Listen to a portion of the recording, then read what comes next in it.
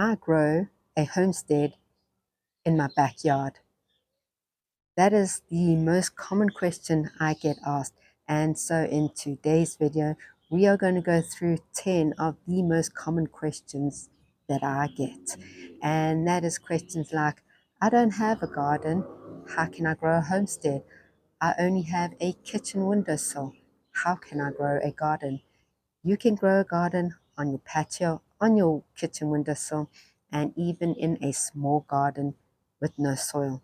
So let's answer your questions. The first question is, can I grow a homestead if I don't have a garden? So my answer to everyone is yes, you can. And if you don't have a garden, you do have a kitchen that has a windowsill. So let's start there. You can get little pots and you can grow some herbs in it. Herbs that I've done in the past has been basil, rosemary. I even had thyme. I actually propagated a few. If you've not seen that video, go take a look. And that was done all on my windowsill. And from fresh cuttings, I've been able to grow my own plants. Start small, start somewhere, and start with some herbs. If you do have a patio, you can do the same thing.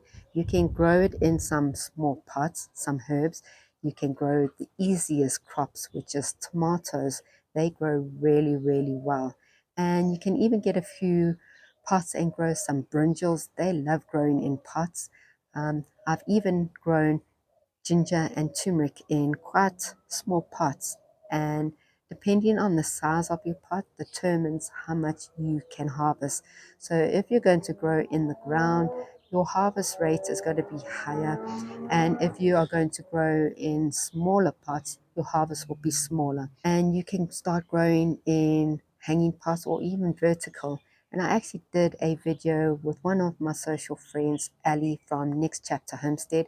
So go take a look at that video, and she actually goes into how to grow with no soil, because 90% of her garden is bricked or cement or has no soil. So go take a look at that video. You can also do some raised beds in that area, as well as fruit trees. So if you get some nice beautiful pots and you grow them in there in a sunny location, that should work. And I speak about growing fruit trees all the time in pots.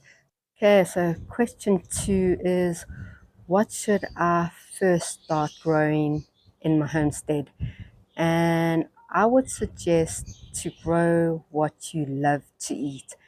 In my first year of homesteading, I made so many mistakes by growing crops that I actually didn't eat. And I would just grow it because that's what people on Instagram was doing, just growing these amazing things. So grow things you are going to actually benefit from and harvest and enjoy.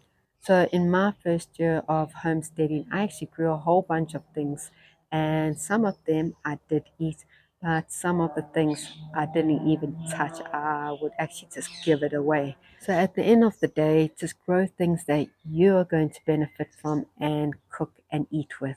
Okay, the next question I have been asked is it actually worth growing in pots? And I would say yes, because my channel is all about growing in small spaces, in a small garden, on a patio, in your kitchen, on your windowsill. And growing in pots is actually fantastic to actually start with, because you are able to control the soil quality and you can water it when it needs watering. So planting it in the ground, if it rains, it's continuously getting water. You can't control that. And also the water washes all that nutrients in the soil away. In my first year of homesteading, I actually grew in the ground not knowing that I had clay soil. And I actually lost most of my crops in the first time trying to homestead. But then I got raised beds, and as you guys know, from 3 raised beds, I now got nearly 14, well, over 14 raised beds in my garden. And I've created this most beautiful oasis because I have failed so many times, but I've learned from it and I've just improved. So if I was you, I would start with pots, because then you know if you like the crop you're growing. And if you do and you have a small garden, then go put it in your garden bed. Question 4 was, can I keep compost or worms in a small garden? And absolutely yes, yes, yes. I have just done a video on composting, and I give you 3 ways of composting. The first way is, if you've got a homestead like I do and I've got a small space, I can set up my own compost bins. Then if you don't have a garden and you've got a small patio maybe, then I suggest a smaller box where you can still do composting with some red regular worms, and even a bonus to get your tea worm from that. And then the third option is no garden at all, but doing it in your kitchen in a smaller container. And then the same question was, and won't it smell? So depending on how you utilize your boxes, you can actually avoid the odor. So with a smaller box, all you do is that you add some cardboard. I would tear it up because it will break down a little bit easier.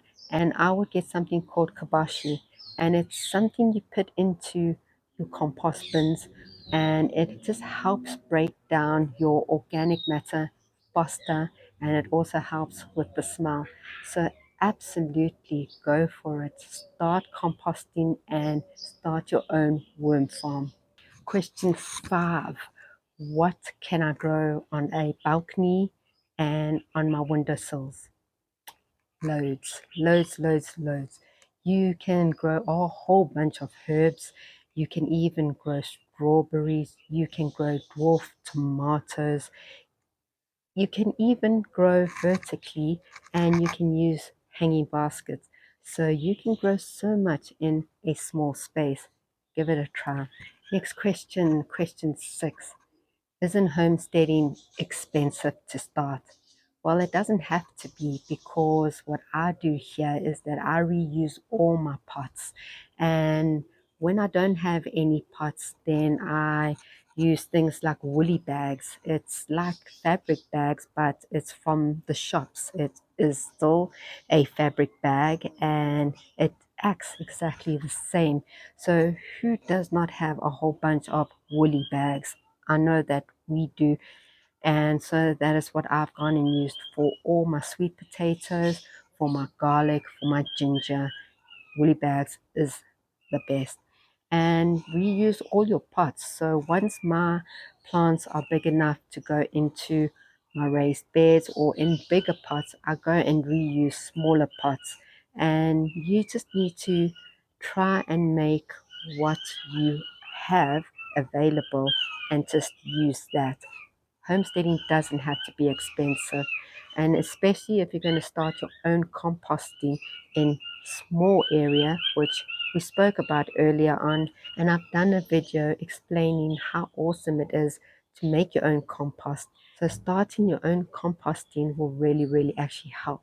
It will help in using the soil that has been created from your organic matter. Remember, all your kitchen scraps and your garden scraps go into your composting, and in return you get this amazing rich compost that you can actually use in all your pots, in your raised beds, and in your garden. So homesteading doesn't have to be expensive. Also, if you're going to be planting things like basil and tomatoes and green peppers, try and save the seeds and use it for your next planting season, because I have so many seeds that I don't buy from the shops anymore because I don't have to.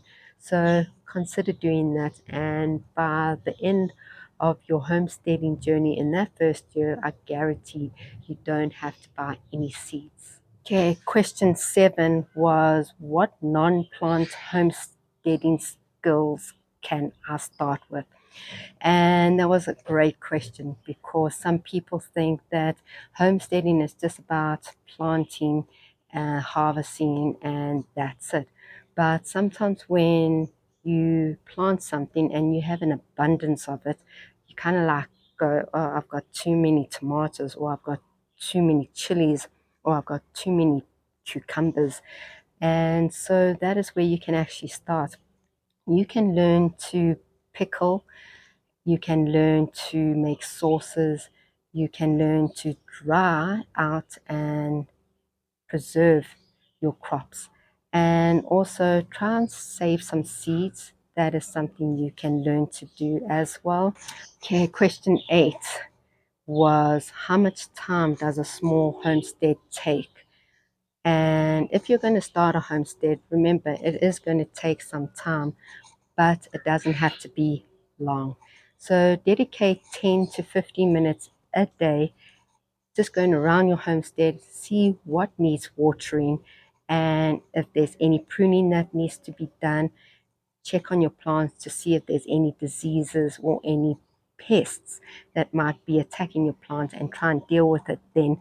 But I would say 10 to 15 minutes a day just to quickly check up on your plants. And also if you've got some harvesting you do, just do some harvesting while you're at it. Okay, question 9. And I think this question is my most favorite question because every homesteader has done that. And the question was, what if I fail or something just doesn't grow? And yes, I have gone and killed 1, 2, 3, 4, plenty of plants and even trees. So in my second year of homesteading, I didn't know about the property that I was on, only to learn that the rain gathers at the bottom of my homestead. We had gone and planted a tamarella tree, and it was doing amazing. But in February, we got really bad rain, and the rain was so bad that the tamarella tree started rotting, and we lost that plant. So that's just one of the plants that I've actually killed, and I've killed so many. So it is part of the learning journey of homesteading, and it doesn't mean you must give up. Remember, my motto is let's learn together as we grow together. And so if you go and check out on all my other videos, I actually try and teach you what I've done to get success. So don't give up, try again. And if you failed, it's maybe the area you planted your herbs or your tree or your veggies was not in the right location of your garden. Try something else. Or maybe the soil wasn't correct. So do your research, but don't give up. Okay, last question. Why should I start homesteading now? And that's a great question because a lot of people are hesitant to even start. And I would say start because just growing your own food and harvesting what you have actually grown is so rewarding. And also, you get to connect with the earth, you get to connect with something that you planted from seed to the time you harvest, to the time you cook with it.